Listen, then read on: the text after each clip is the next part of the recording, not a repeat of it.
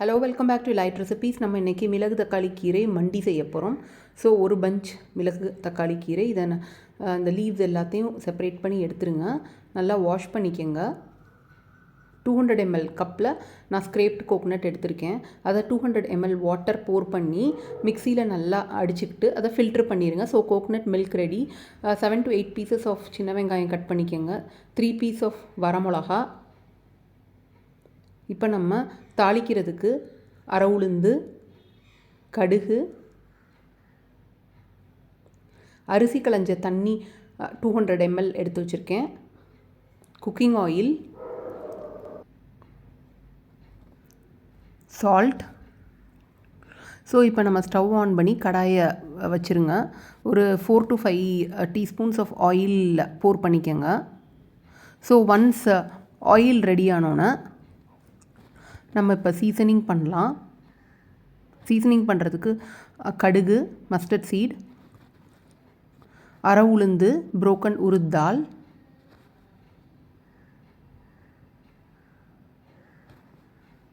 பெருங்காயம் போட்டுக்கோங்க, அசஃபெட்டோடியா, 3 red chillies வரமிளகா போட்டுக்கோங்க. இது நல்லா வெடிக்கட்டும். அதுக்கப்புறம் கட் பண்ணி வச்சுருக்க சின்ன வெங்காயத்தையும் போட்டு நல்லா வதக்கிக்கங்க. ஸோ இது ஒரு 2-3 மினிட்ஸில் குக் ஆயிரும் வெங்காயம். இப்போ நம்ம கழுவி வச்சுருக்க கீரை எல்லாத்தையும் அதில் ஆட் பண்ணிடலாம். உங்களுக்கு வேணும்னா நீங்கள் கீரையை கட் பண்ணிக்கோங்க. நான் கீரையை கட் பண்ணல.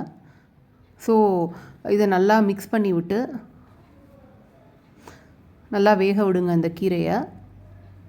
ஜஸ்ட் 5 மினிட்ஸில் இந்த கீரை இப்போ ரொம்ப ஷ்ரிங்க் ஆகி 1/4 குவான்டிட்டி ஆயிரும்.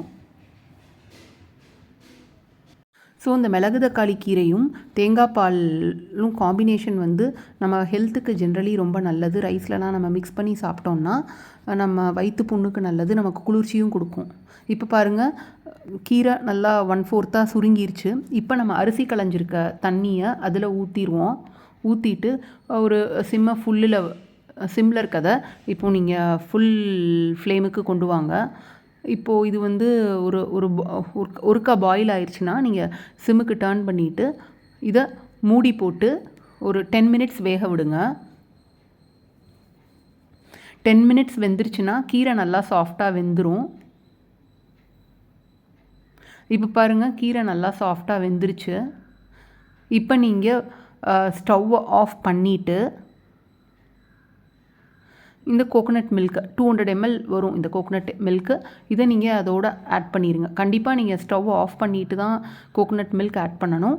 இப்போ ரெக்வயர்ட் அமௌண்ட் ஆஃப் சால்ட் நீங்கள் போட்டுக்கோங்க, தேவையான அளவு உப்பு.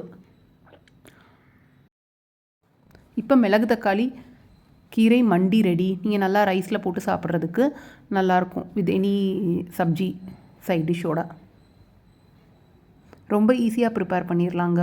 கண்டிப்பாக ட்ரை பண்ணி சப்ஸ்கிரைப் பண்ணுங்கள், லைக் பண்ணுங்கள், கமெண்ட் பண்ணுங்கள்.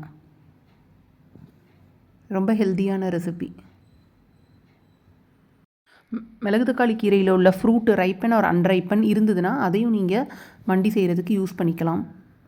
இது ஒரு லஞ்ச் ரெசிபி, ரைஸோடு சாப்பிடும்போது ரொம்ப நல்லாயிருக்கும்.